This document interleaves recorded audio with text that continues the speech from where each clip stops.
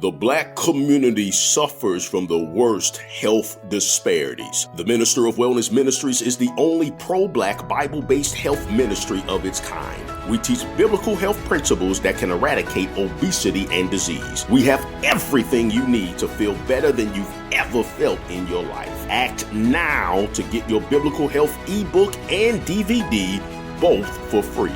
TheMinisterofWellness.com, TheMinisterofWellness.com.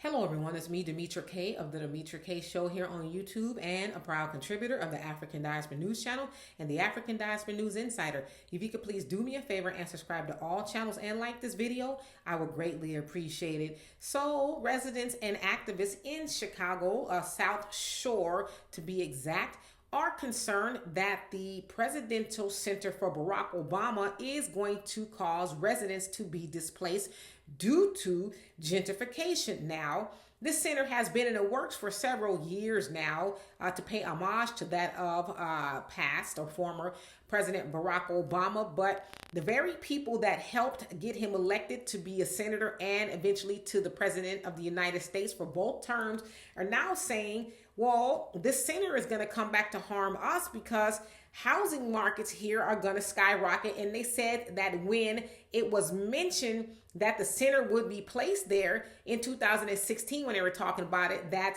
home prices went up to the tune of about 106%. Now, it is also said that about 80% of the residents there in South Shore are Black and are low income, and that 30% of them that most of them spend about 30% of their income paying rent. And a lot of the residents are already having a hard time paying the rent. And so an organizer by the name of Dixon Romero is saying, you know, the changes that we want or the things implemented in order to get the center built can be implemented overnight. And so some of the things that he's saying that they want implemented are, of course, affordable housing and money to go into the Chicago Low Income Trust Fund, tenants' opportunity to purchase properties for a good rate, among a host of other things, and forgiving about $2.3 million in back old property taxes. And so they're saying these things can be done if they want the center to be there. And in the center, it'll be an athletic center, a library, and a plaza, and all of that. And so those things are going to naturally attract a different crowd that may now want to move into the neighborhood, you know, to be by the Barack Obama Center. But it is a shame that after all the residents did to get him elected, now they are going to be, you know, getting the brunt end of that because of the center. And so they have reached out to Barack Obama and the, Barack Obama organization to see what they say about it. And they have not responded yet. But in previous interviews, Barack Obama said, well, the center is going to help people there because it's going to create jobs and all of that. Well, people who live there say, hey, you know, we've heard that before. The city and everybody else has promised that the things that they have done in our communities is going to benefit us. And they said that we have not seen those benefits yet.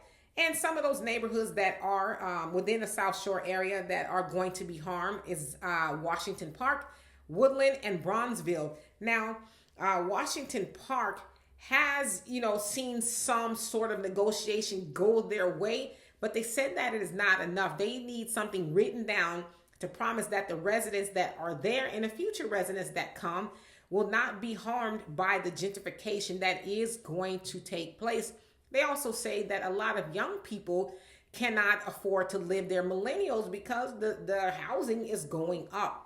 And so I will say this, I voted for Barack Obama. I'm not going to lie to kick it, okay? I voted for him, but I have not voted for a Democrat since then, simply because I have woke up to see that they are no better. But again, this is, what Black people get for helping, especially the Democrats, get into office.